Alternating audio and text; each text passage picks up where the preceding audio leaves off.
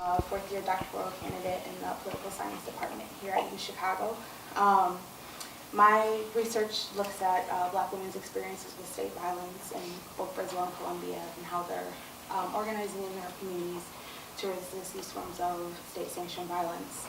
I've also been part of the React or Die campaign, which you'll hear a little bit about later today, since about 2013. So before we begin today's discussion, I and we just want to thank the Center for the Study of Race, Politics, and Culture, as well as the Center for the Study of Gender and Sexuality, and the Center for Latin American Studies and the Posen Center. We also want to do a special thanks to Professor Cohen, Professor Schultz, Tracy Matthews, Camille Morgan, and Sarah Tui, not only for the invitation to bring these scholar activists to campus, but for all the planning and organizing, exchanging emails, etc., that has really made today possible. So thank you. As you hopefully know, we have Dr. Andrea Beatriz dos Santos, who's a medical physician at Lemos Brito Prison in Salvador, and one of the co-founders of the React or Die campaign, as well as the coordinator of the Black Community Action Network, Quilombo X, in Brazil. And she was also a PhD student at the Federal University of Bahia, where she's studying the impact of the prison system on families and prisoners' health. We also have Professor Kristen Smith, who's a Black feminist anthropologist and a social justice advocate. She's also a professor of anthropology and African diaspora studies at the University of Texas at Austin. Her work focuses on the gender dimensions of anti-Black state violence and resistance in the Americas. In particular, her recent work explores the concept of sequelae, which is the lingering, often morbid effects of anti-Black state violence that affect Black women in particular. And this could include depression and disease that often kills Black women slowly in the wake of the state's immediate killing of their children and loved ones. Dr. Andrea, Professor Smith will be discussing these impacts, as well as the local and transnational organizing efforts that has been going on for quite some time. After they both speak, I have a couple questions just to open up discussion, and then we'll open it up for audience comments and questions. So without further ado, Andrea, would you like to begin? Yes, thank you very much. Boa tarde. Boa tarde. Eu tenho uma resposta. I have an answer. There are many, how many Brazilian people here? No Brazilian people here? No? So good afternoon or good evening? Good evening. Good evening. I'd like to thank for this invite. First for Dr. Sarah and Alicia, because this is a good opportunity for us Black women in diaspora to reorganize ourselves, to meet again people that was separated in Africa for many times. So now we have to work hard to guarantee that we have again all the power that we had one time in Africa. And I'm sorry because my English is this English that I can talk, and forgive me if I make some mistake, some important mistake. And okay. First, I would like to make you understand that I'm not an intellectual. I'm not a person that are in the university studying about genocide of Black people, or about how Black women have come resisting for all the time since we were out of Africa. I am a Black woman that was born in Brazil, in south of Brazil, in a states that have the majority of population are composed by white people.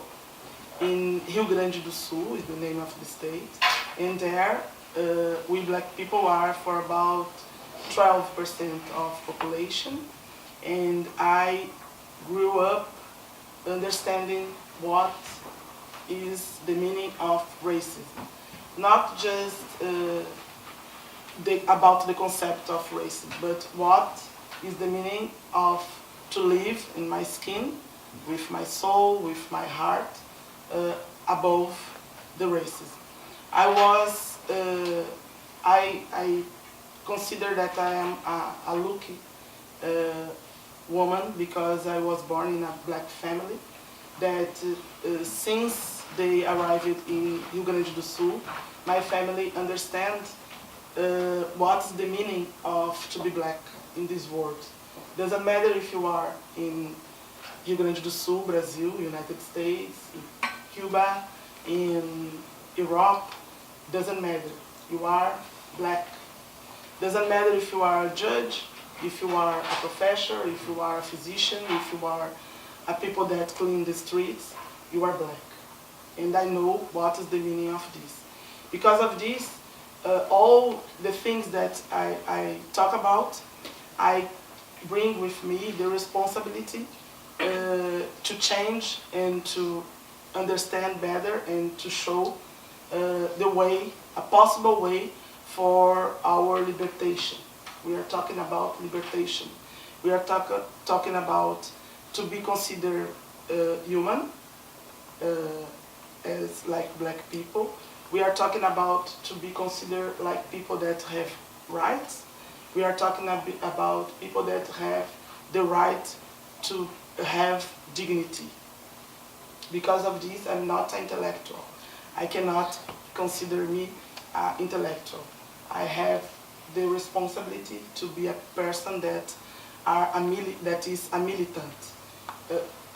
In Brazil, we don't consider us activists because someone that consider themselves like an activist is someone that just work between 8 and 12 a.m. and between 1 and 5 p.m.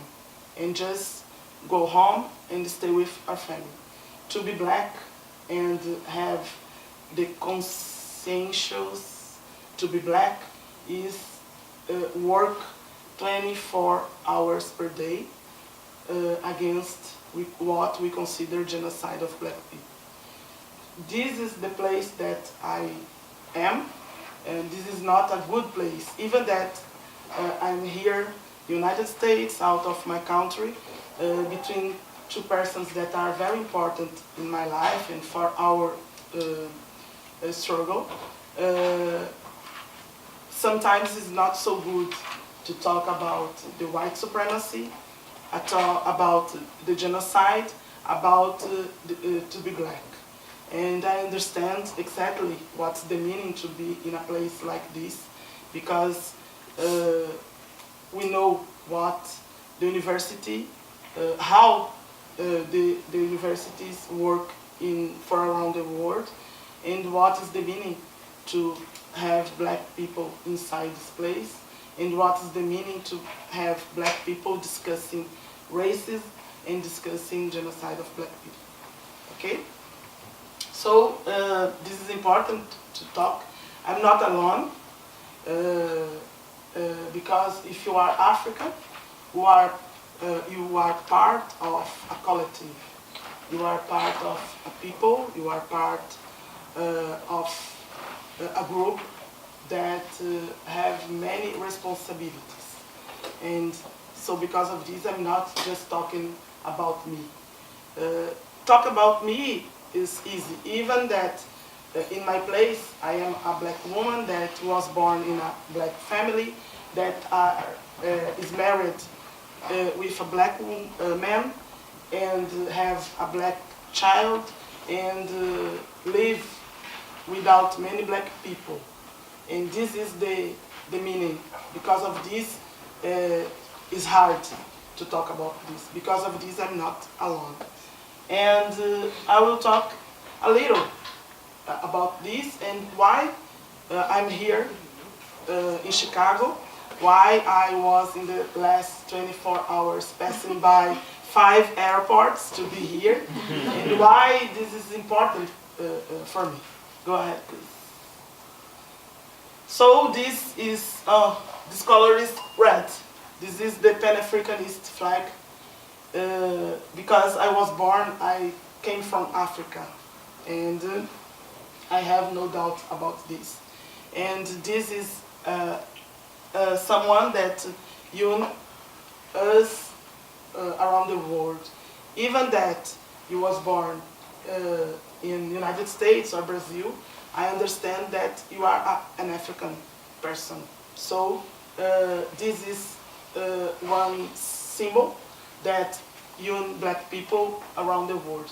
Even that sometimes black people doesn't understand this. Next. This is my organization called REAJA in Portuguese. In English, the meaning is React or Die. And just to call attention, Dr. Kristen is a member of REAJA too. And this is an organization that was born in 2005 because we had in Salvador, Bahia, one place, I think that is very similar with Baltimore, with the compose of the population. We have the major of population are black in Salvador, and in 2004 or 2003 we had more than 600 black young killed in the first semester. So because of this, we composed a group with many black organizations, and we created the organization called Reaja ou Será Morta, Reaja ou Será Morto, React or Be Die. Próximo. And this is an organization that was born to inside in Reaja and work especially in prison, working making work that I will talk later after, but is a group that organizes work inside prison in the communities, talking about the importance to resist, why the prisons exist, why you have to fight, why you have to make the struggle, why black people are the majority in prison, even in places like United States, and black people are not the majority here. And so we talk about genocide of black people. Go ahead. And this is a very important institution that we create for about 2 years. Is the school, Pan-Africanist school, that is responsible for to follow for the next 10 years a group of 13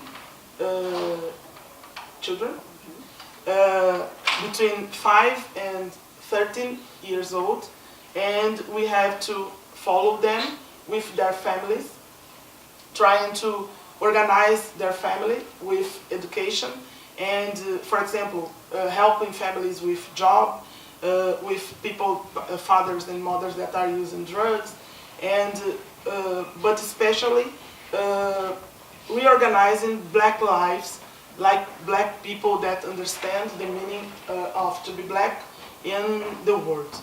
This is important. So we discuss about alcohol, we discuss about drugs, we discuss about spiritual problems, political problems. Go ahead. So I hope here just talking about the whole of black women for our liberation, understanding that Brazil is a racist state, and this, how can we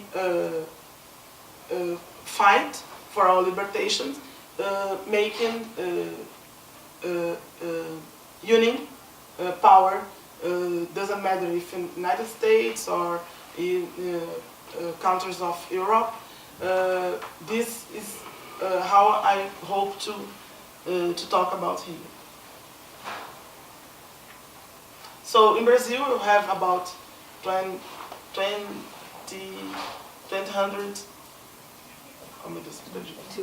220 million people, about 53% of population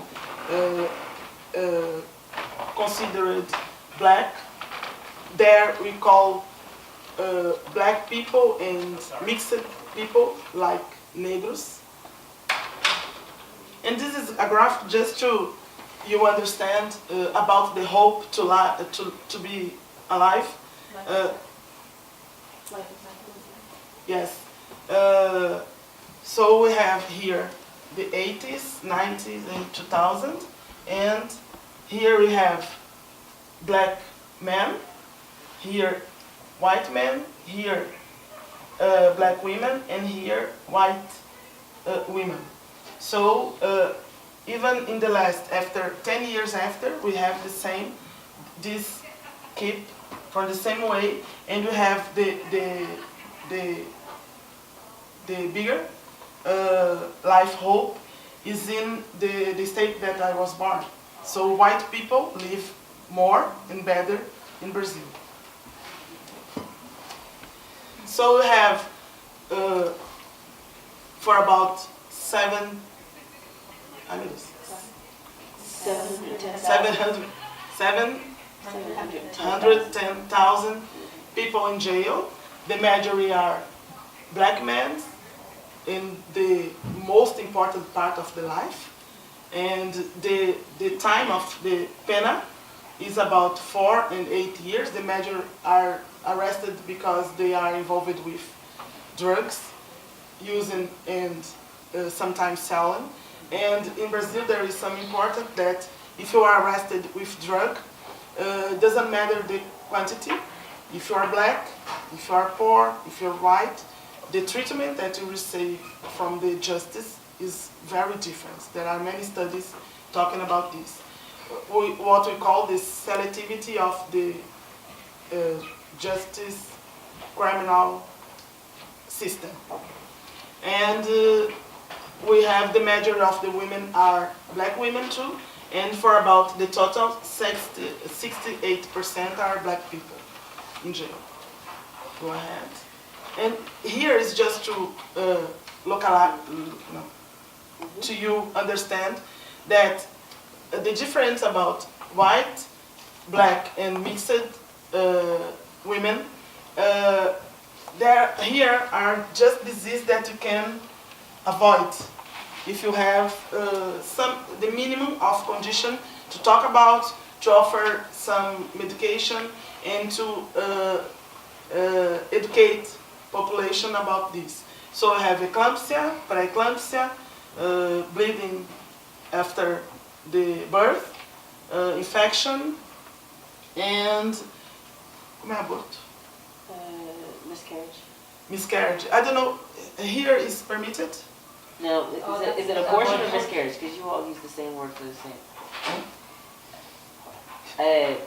Aborto espontâneo ou aborto normal? Doesn't matter. Okay, so it. Is? Go ahead. Oh, no. Surprised that abortion and miscarriage. It's permitted here? So part of the thing Depend that of the happens in state? Brazil is that they use the same term for both abortion and miscarriage. And so they don't separate it out. And so this is just for both. So you don't know, because abortion is illegal, Yes. you don't know what is the cause for the termination of the pregnancy. At least that you have a risk comprovado para a mulher. Somente. See. But what I want to show here is that you have this disease that you can avoid, but black and mixed people in the majority of the time have the best, the worst condition, and the programs of health cannot avoid this disease. And black people are dying with this disease. And here is just to show you, for example, we have since 2000 until 2006, we have how is following the Homicide. homicide in Brazil. And just here in 2003, this is very different because in this year we have a campaign against gun in Brazil. So you can give your gun and you have money back. And after this, white people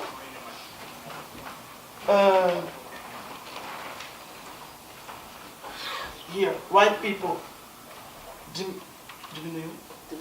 diminution, and black people, the homicides grow up, increase. Okay, so because of this is just a general crafting, general picture about how we live in Brazil. Of course, we have many information, and it's a very complex situation because all people think that in Brazil we live a democracy, a racial democracy, because after the slavery, black people went to the streets, and after they bring to Brazil white people from Europe to hope to reorganize the country, and black people go to the streets. And in the 30s, they begin a policy in Brazil that promote Brazil like a place that you are happy, that you have many samba, that you have carnaval, that you have cachaça, and so black people, and you have capoeira, and black people live very well. So the black social movement start organize many committees, many groups, denouncing that black people are living from this way that I'm saying, that I'm bringing to you. And because this picture, we understand that black women have an important role. Why I'm saying this? Because if you come with the time understanding what is happening in Brazil, we will see that black women are the group that are promoting the resistance in Brazil. How are we doing this?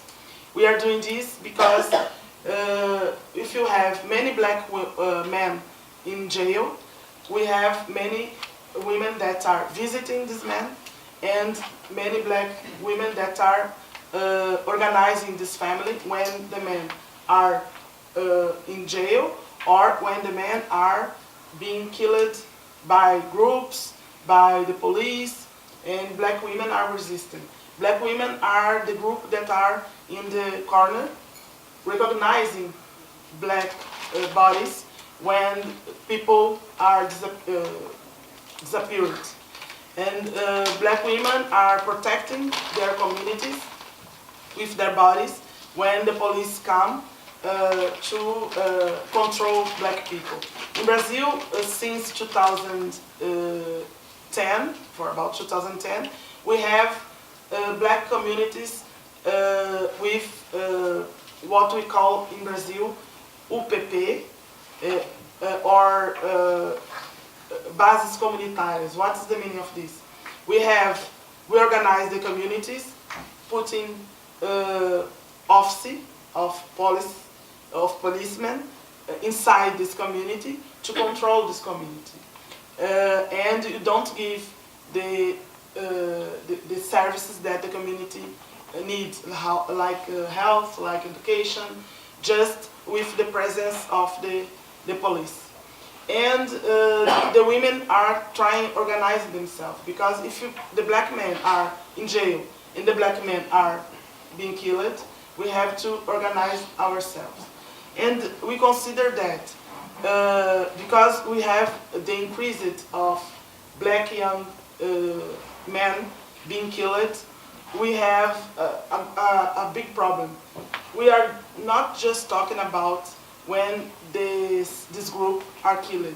We are talking that the impact of the death of black young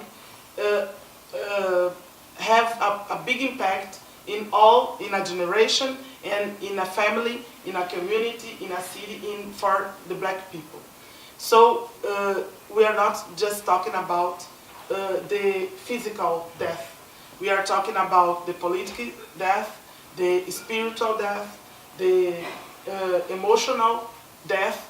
We are talking about someone that we cannot measure.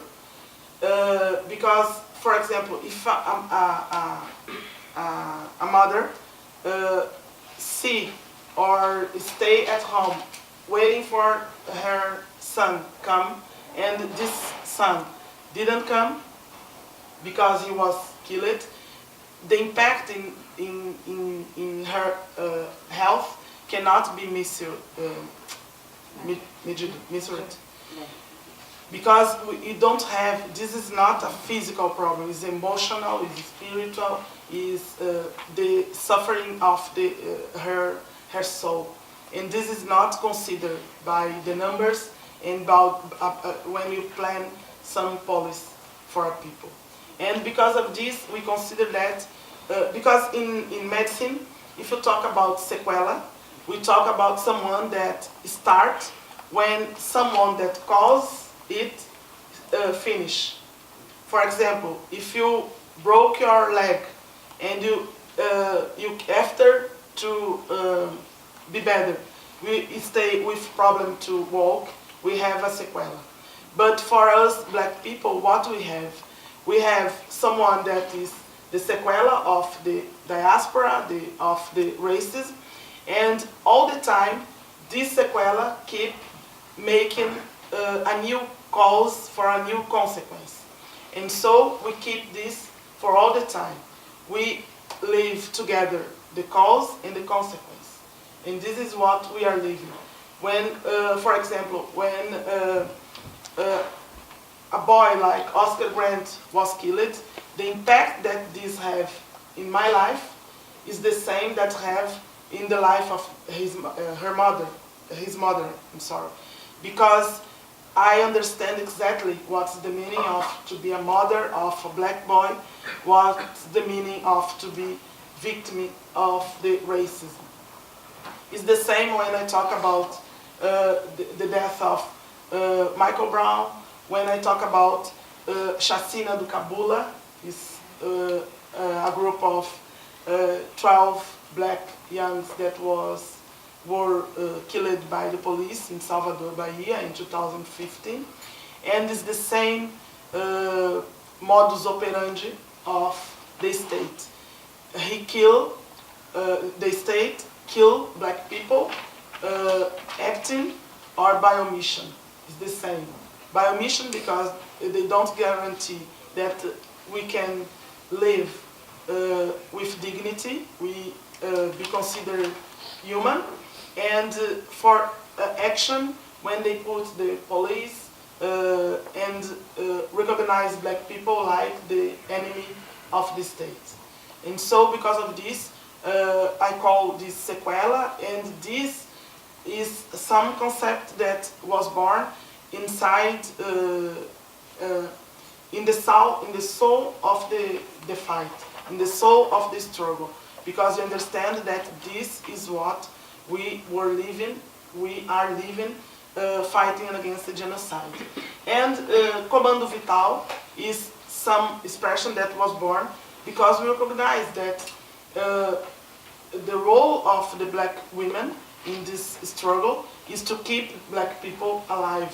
And we are doing this for around the world, in Candomblé, in Santeria, in some religions. We are doing this in each day in our communities, and we are doing this when we don't permit that the state maintain us above the practice of racism. For example, many mothers that have fighting against racism, and when their son are killed by the police, for example. And I'm just to understand that I talk about the police because the police, we consider that is the instrument, the most important instrument that the state use against black people, just justifying this with the name of justice, with the name of peace, and with the name of to keep the order in many places. So the police is the arm with gun of the states. Go ahead. So the other part is just what we are doing about this and how we keep resisting. This is a picture very important for us. It's about, was in South Africa in 1954. Black women went to the streets because the apartheid, and so black men cannot go to the streets. So black women decide to go to the streets, and I consider that we are in a continuum. It's the same that happened in South Africa, here in the United States, and the other place. So, resisting. Here is our organization fighting against genocide of black people. One time a year, we go to the streets to talk about our pain, our death, people that we represent fighting against genocide. So, this is a group because we have many kinds, many ways to be victims of genocide. Sometimes the police kill, sometimes people disappear. Here we have a group of mothers and two fathers, and have sons that are disappeared for about 19 years, 20 years, and the majority, the police take these people to the office to averiguar, to find out some information about, and people just disappear. Go ahead. Acabando. Here is, it's not clear, but is a meeting talking about the federalization of the Chacina do Cabula. We are fighting. Here is a place that the 12 young boys were killed, and we have this like not celebration, but homenagem. A memorial is, yes, is a memorial for this black young. Go ahead. This is our work in jail. We work with culture, promoting rights, promoting culture, promoting health inside jails. The major are black people. When you are how you are saying. Go ahead. Here is someone that you call cinema intramuros. Cinema behind the walls. Yes, to guarantee that people discuss and understand that we don't have black people in jail just in Brazil. Go ahead. Here is in jail, too. Here is with the families, with people, women that are in jail and have son. In Brazil, they can stay with mothers for about 6 months in jail. Here is some familiars that are fighting to guarantee that people are not considered people that are involved with crimes, because all the time when police kill someone, they say that people are involved with drugs, with crimes in general. I think that this picture is very important because I feel like this woman, that understand that we are the target of, even that we are not touched physically, we are touched in soul. So this picture is very important. And just to understand, the military policy was born in Bahia in century 19 to destroy a quilombo that was organized by a woman called Zeferina, and he was persecuted and died because he was organizing black people in a quilombo. And here is nowadays a black boy that was recitando, saying a poem in the street and talking about the violence of the state, and he was arrested, but after he was liberated by the police. So this is the way that the police treat black people in Brazil. And here is just to remember that in Brazil we are in the same process, trying to stay like United States, because we don't have the major population in jail of the world, but we are persecuting this, privatizing the jail in Brazil, and growing up the population in jail. In the last 10 years, we have more than 100% that increased people in jail in Brazil.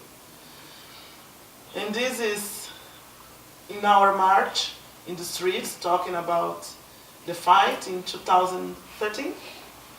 You are there. 2004, no, 2014. 14. Go ahead.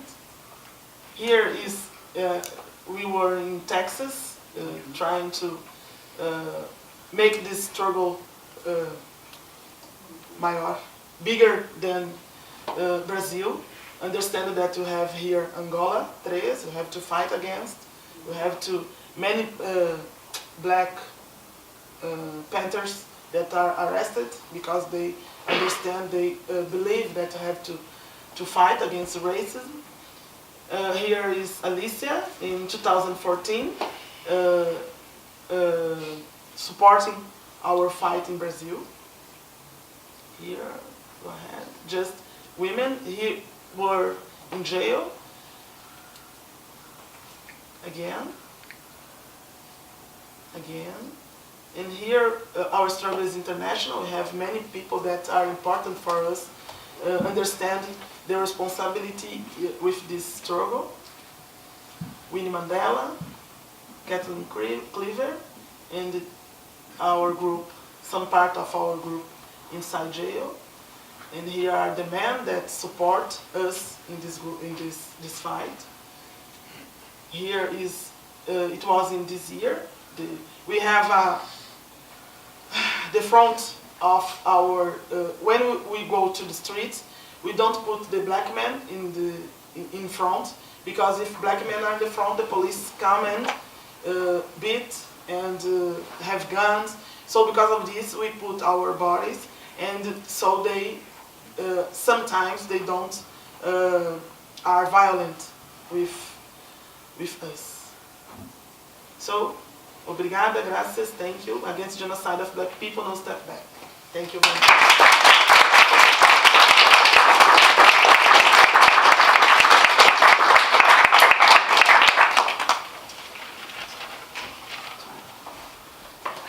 So, good evening, everyone. For those who may not have been here in the beginning, I'm Kristen Smith, and I, in addition to being somebody who's employed by the University of Texas, I'm also part of HEAJA, and have been part of HEAJA since 2005. The focus of a genocidal impetus. And I would say that, one, I think we have to question that citizenship. I don't think we're actually citizens. That's number one. And I think that everything that Andrea and HEAJA and all of the people in Brazil do, just like everything that the folk in Ferguson and DC, where I'm from, and Austin, Texas, where I live right now, and Chicago, everything that we are doing in the fight against police terror, I also don't call it police violence. Because I like what Andrea Ritchie says. Andrea just like, why would we call it police violence if violence is inherent to the police? It's a redundancy. So I call it police terror.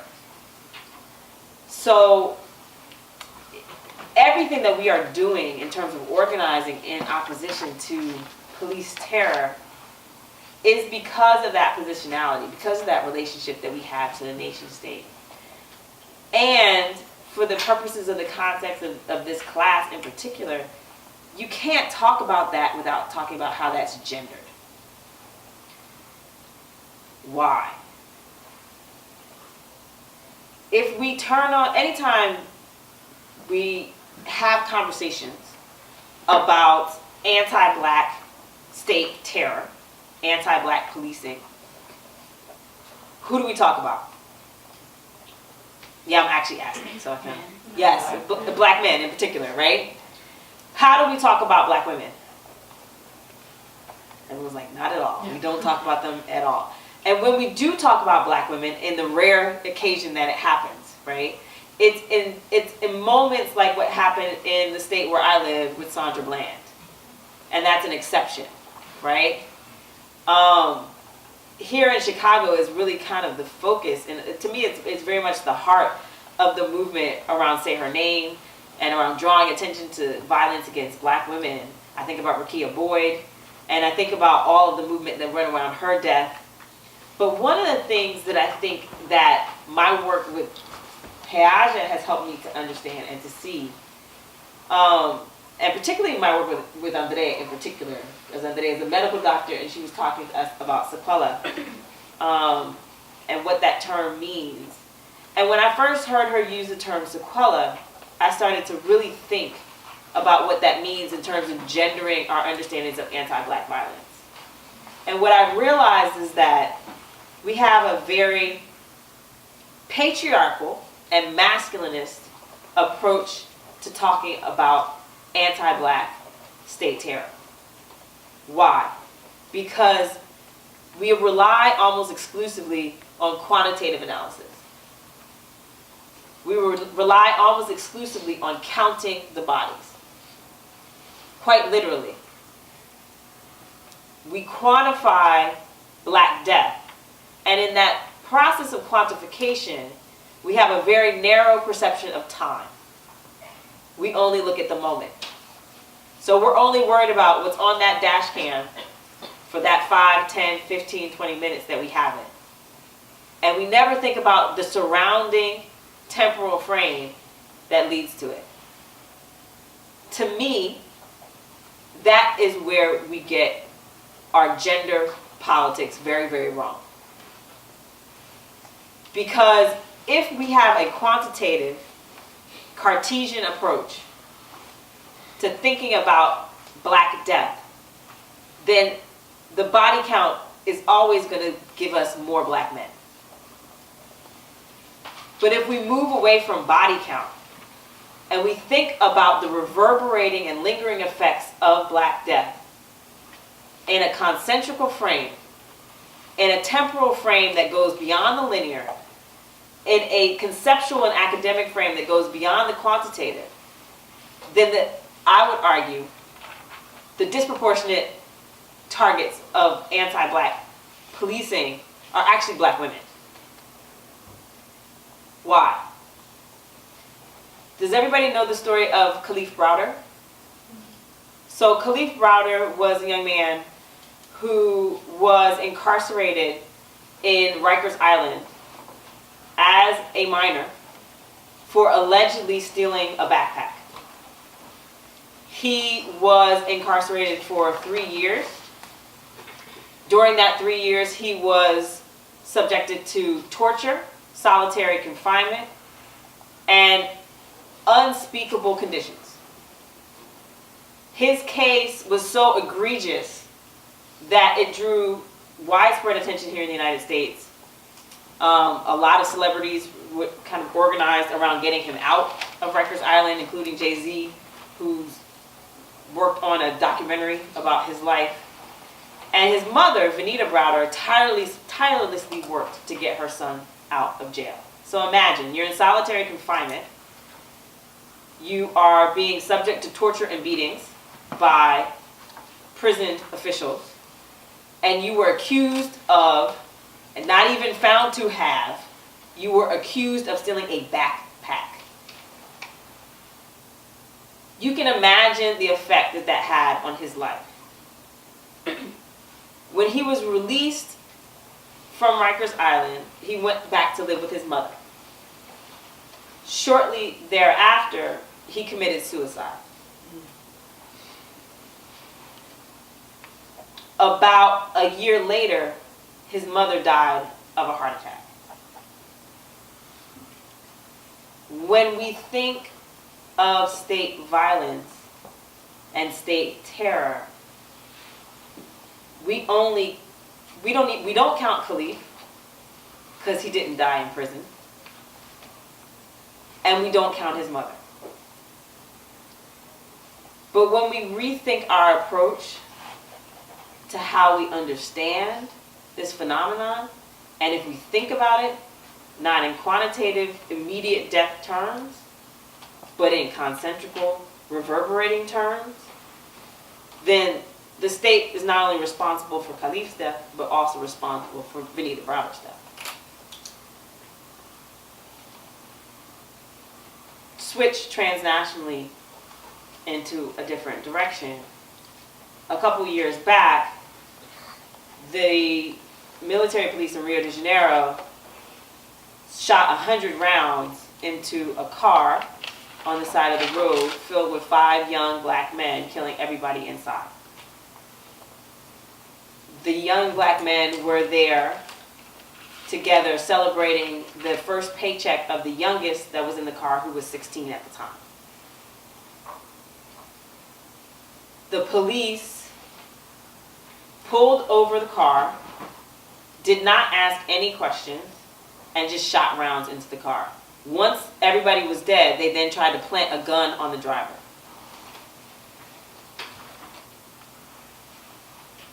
This was another one of those devastating cases in Brazil. There are thousands, as we saw from Andrea's presentation. There are thousands, literally thousands. But this was one of the many devastating cases. But one thing that happened a few months later reminded me of the urgency of us shifting our gendered approach to this particular kind of terror. So about 6 months after that happened, the mother of the youngest boy, the 16-year-old, died of anemia. After the depression. Well, I'm getting there. Died of anemia. How did she die of anemia? When her son died, she stopped eating.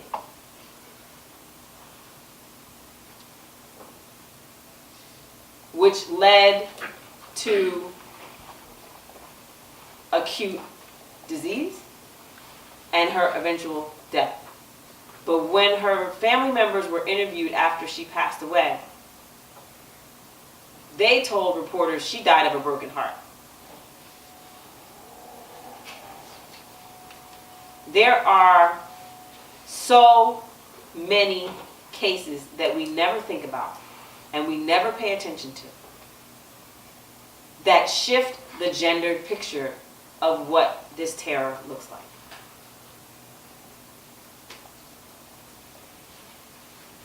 When we begin to think about death as lingering and not only immediate, when we retool the way we understand time and space, meaning recognizing that there's a direct connection between what happened with Venida Browder and what happened with Joselita, who's the mother of the 16-year-old who was killed.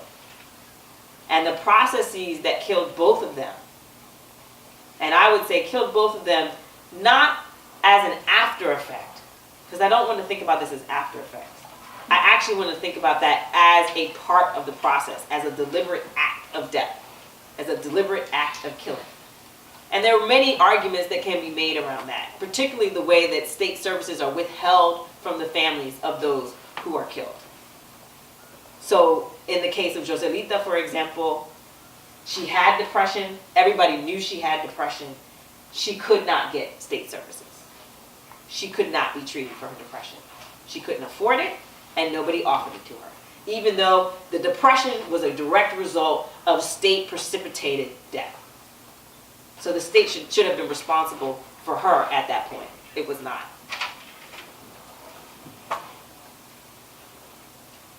When we think about it in these terms, it changes our body count.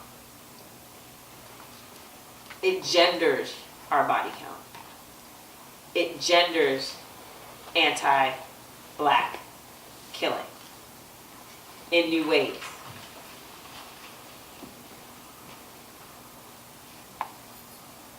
And I would also argue that rethinking our temporal, meaning time, and our quantitative, meaning our understanding of the Cartesian body, right? So we only count what we can see, what is very clearly mappable in a time-space continuum.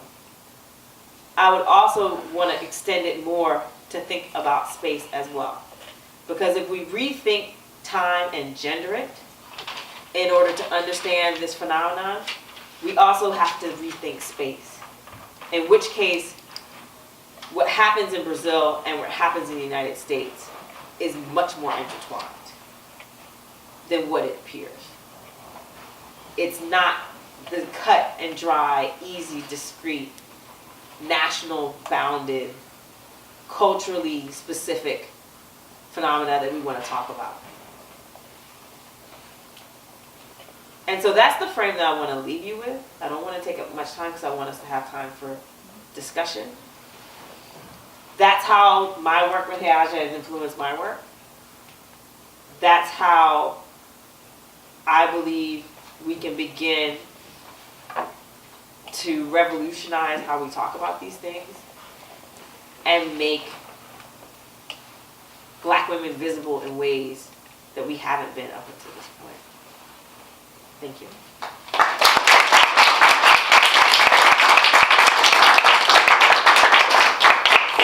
I think because of the sake of time, I think we might just move to audience questions. Does anybody want to start or have any questions or comments? I have a question for Andrea. In terms of when you were saying like the cinema behind the prison, like is that an initiative that you started with React or Die, and like what are the other things that you have like that you introduced into the prison to make it like more it's like livable, or things that you've introduced into the prison in Brazil? Your name, brother? I'm Terrence. Terence, that's me. Eu faço a minha pergunta pra você. Quais são as outras coisas que vocês têm feito na penitenciária para tentar melhorar? First, our organization don't believe in jail. We don't like jail. We hate jail. But we understand that if our Black people inside, we have to do something first.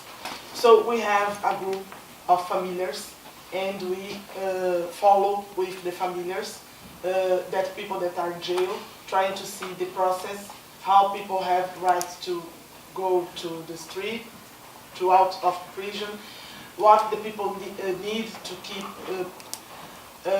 best condition inside jail.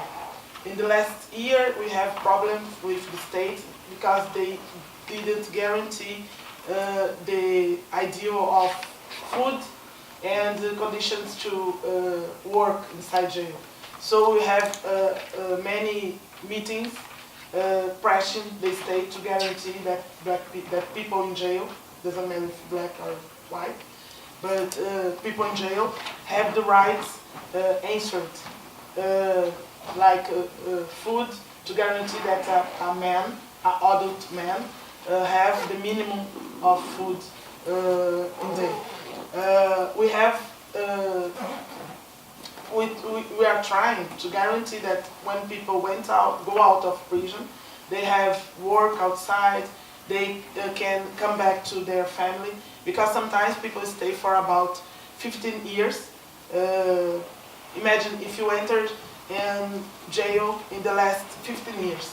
15 years later, when you entered, you don't have WhatsApp, you don't have sometimes internet, for example, and we don't have many cars, so much cars so many cars in the street. You have many things that are different. And so people finish the pena and they go to the street and people say bye-bye and go. Sometimes you don't have money to come back to home. You don't have money. You don't have work. So we try to organize people after they go out of prison. In Brazil, the official numbers say that for about 85% that people that was in jail one time come back after, at least for the second time. But these numbers are not clear because sometimes people are dead, are killed, people die, and people disappear. And sometimes we have people inside jail that don't have ID, don't have documents. It's incredible. But sometimes they arrested people without any documents. They just want keep people arrested. So we try organize this kind. It's not easy. It's not a good job because sometimes we have many people that try avoid this work. But we guarantee, so sometimes we make campaigns to guarantee that a family of a prisoner have education. We have this is part of me. And when people go out of jail, we try to bring for our organization to keep fighting, to keep organizing for the others. And the cinema in the walls is just part of a work because there are many people that never went to the cinema. People that never discuss a movie. One time for example, we watched films like movies like I'm Star, like Tuck Williams, Redemption of Tuck Williams. We discussed this, what we can do. We talk about the situation of Winnie Mandela that was arrested and keep fighting after, of Malcolm X that in jail became a very important militant, and many people that black people that live in this situation, but in this situation try to change and participate of a group. And in our group we have many people that were in jail in the past, like Hamilton Borges is a very important militant of organization that was arrested in the past, and so nowadays keep fighting against genocide of black people. And we understand that jail, the penitentiary, prison are part of this genocide. Thank you.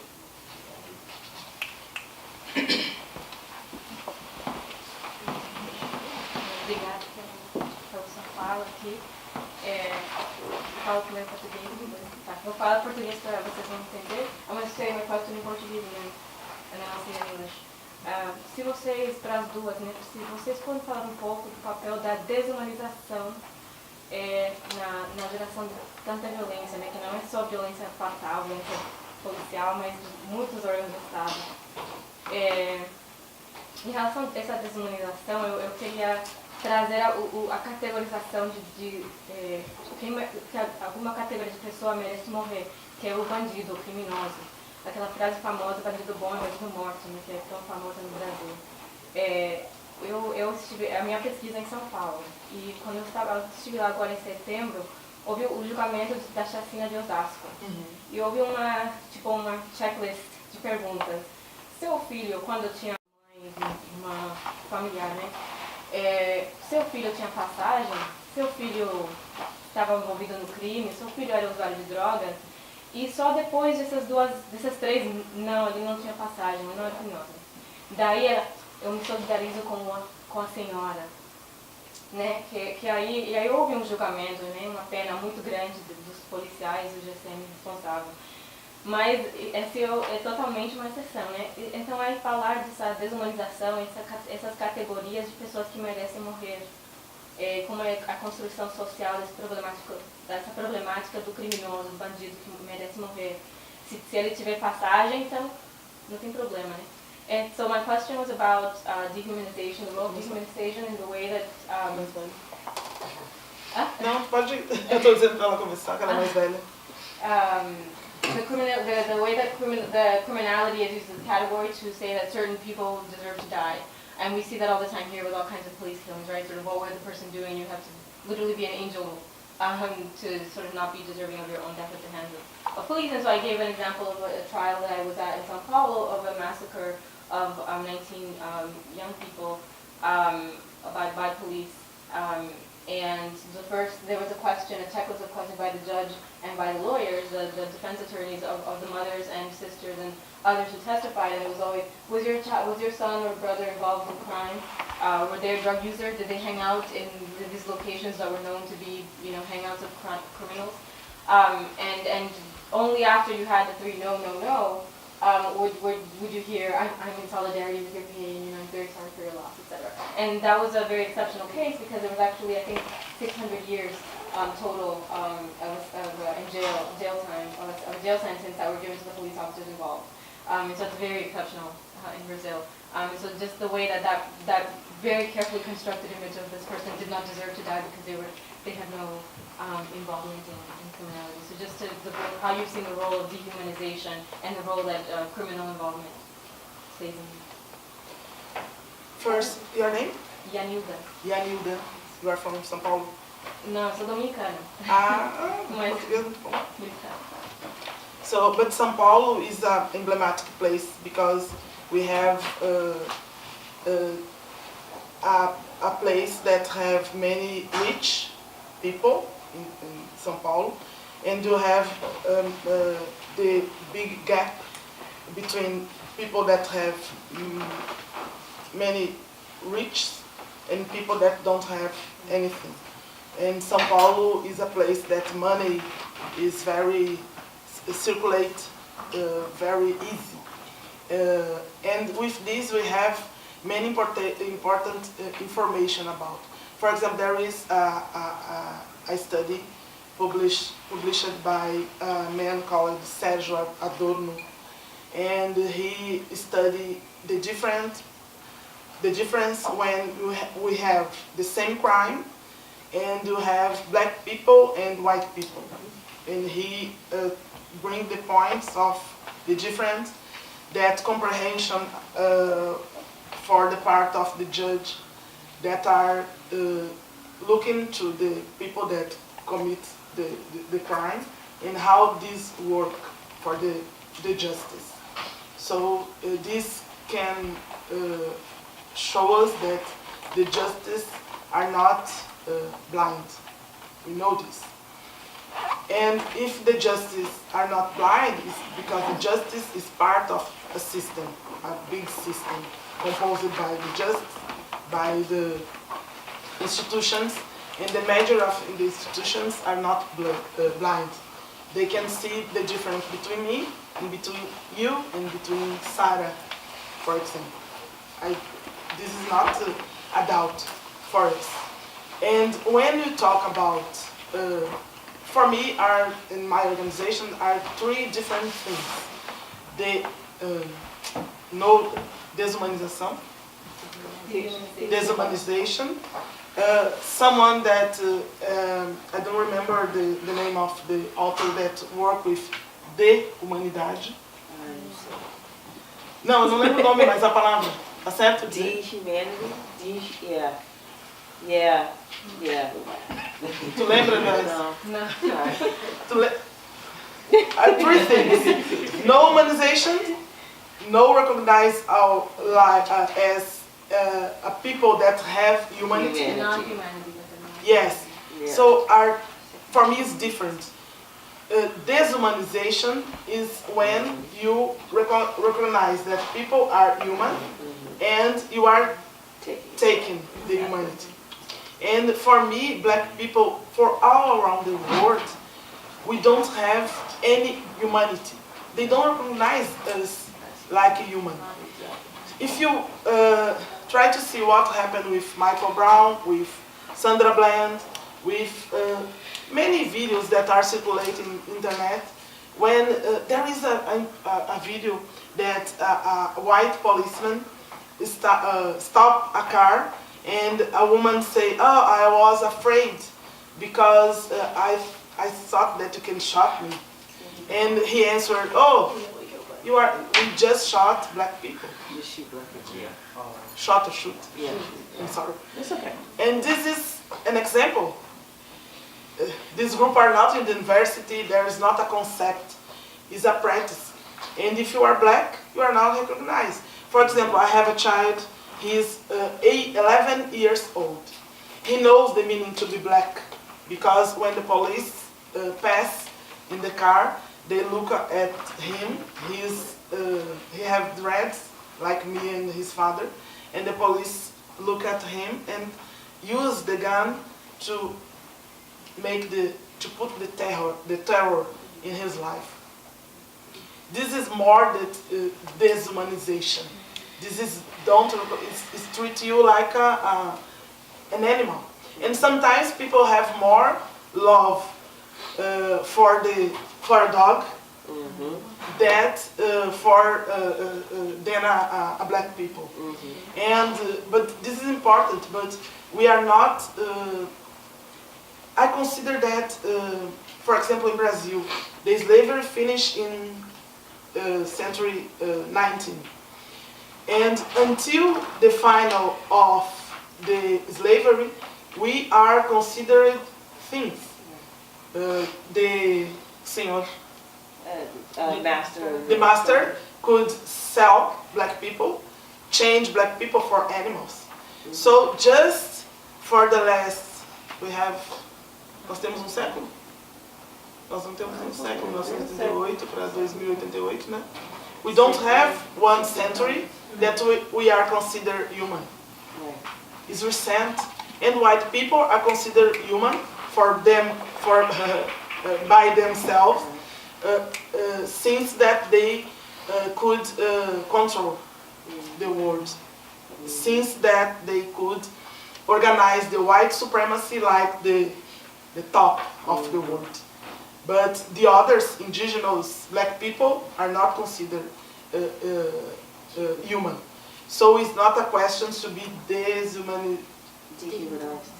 dehumanized. We are not human. And because of this, we have to keep fighting. We have to keep organizing ourselves. We have to keep understanding the meaning of this. This is very important. Because it doesn't matter, I can say to you, doesn't matter if you are in the... I remember that, Oprah. Oprah was destratada. At the store? Yes. He was in the store and he tried to buy a thing that was very expensive. It doesn't matter if you are Oprah. You are a black woman. Doesn't matter. You are treated like nothing. You are above all the things, and after you are nothing. This is the meaning. Because of this, we don't believe in human rights, because the human rights was born after the Second War, and because a specific group, white group, was submitted for another white group. But before this, black people was animalized, was submitted, and there were no human rights for this. So because of this, we don't believe this. Okay? Everything she just said. I do. I'm sorry. So thank you, ladies. I think this is fantastic. My name is Patricia, last name Lukulu, and I'm actually studying. I'm completing my PhD, and my focus is on women's issues, but connecting slave-era narratives and how those same narratives has manifested throughout centuries. And now we're seeing the impact of it. It has never changed, that conversation. And so I definitely understand how important this issue is, and for us to continue to talk about it and assert ourselves as human beings, despite what anyone says.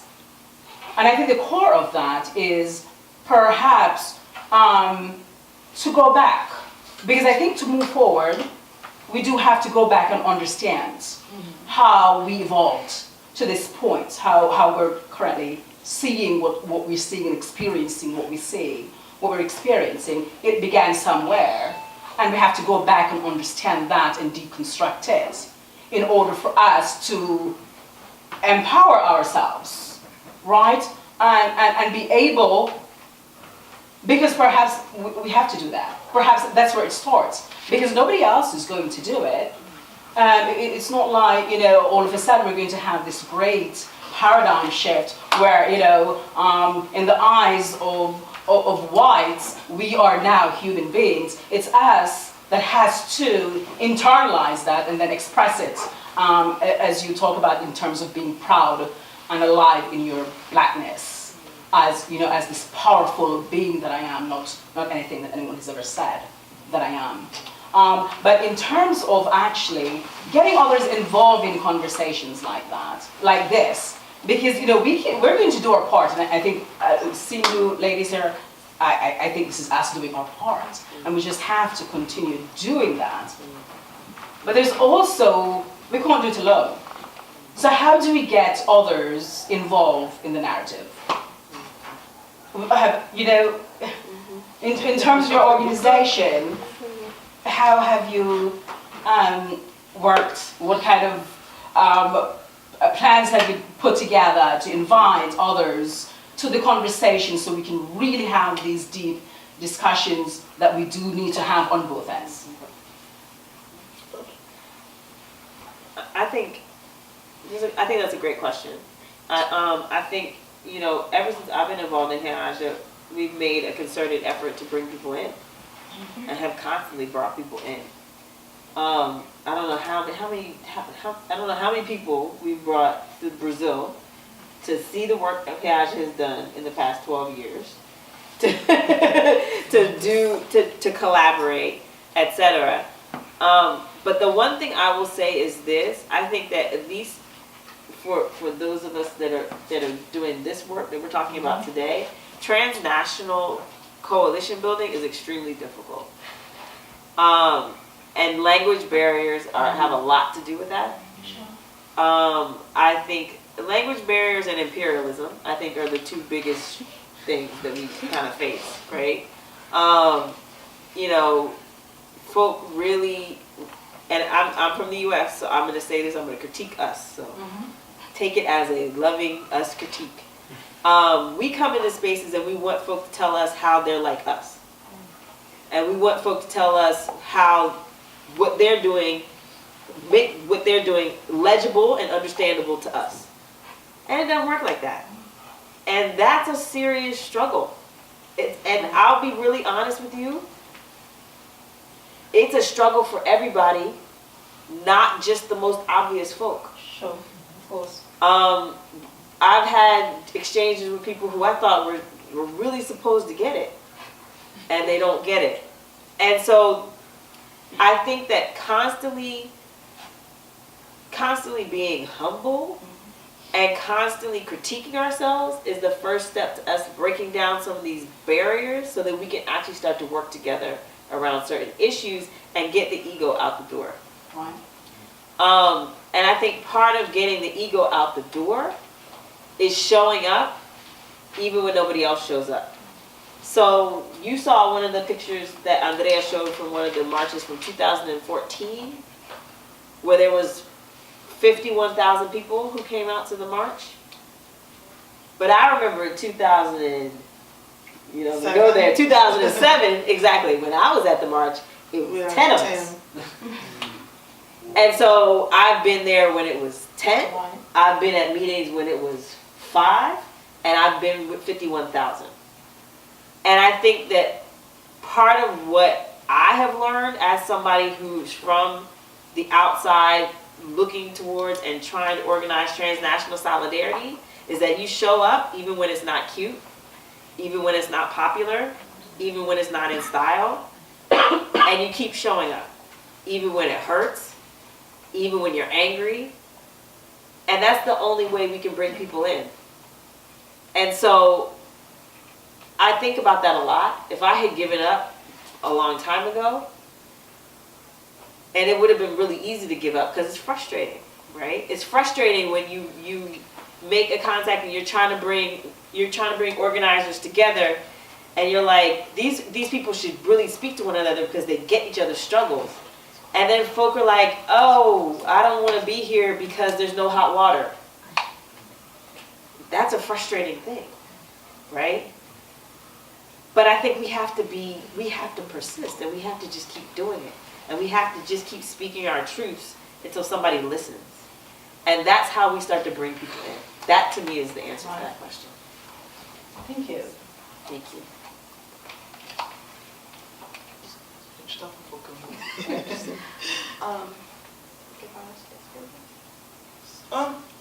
Enquanto, for a while, you are thinking about a question, I would like to first ask you for someone that take picture, because there are some faces that people that are in jail.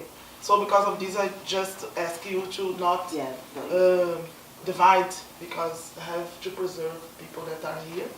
And I would like to ask if you want to help us with our fight, with our struggle. We can look for information in Facebook, Reaja, Escola Winnie Mandela. And if you want to help us, we have a newspaper called Assata Shakur, that we write about our fight, what we are living in Brazil. We have a t-shirt, we have a CD with some, because we have many rappers that work with us. We have black young boys and girls that are MC and rappers. We have the hip hop like an important instrument of resistance and fight. And we have two books. One book is a book of poems. The author is Hamilton Borges. And the other book is a group of letters that Assata Shakur sent for many people since she is in Cuba. And we translated, authorized it, and we are selling to keep our Keep the school open. the school and our action inside jail, outside of jail, and to keep people alive. I think if you can contribute. Can you only take cash? Yeah. Yeah. So without, please join me in a huge thank you to Andrea and Kristen for traveling miles and miles in U.S. immigration, to delayed flights and everything in between, for sharing their knowledge and experience and provoking us to come together and share this knowledge and practice. So thank you.